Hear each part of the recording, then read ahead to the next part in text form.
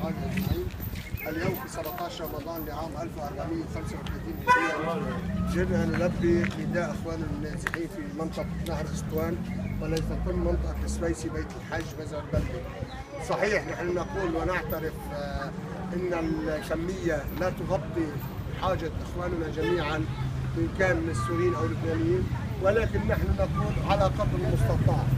يعني الان نحن نقول سنحاول ان نغطي مقدار لو 20% من حاجه اخواننا النازحين وفقراء هذه المناطق الثلاثه.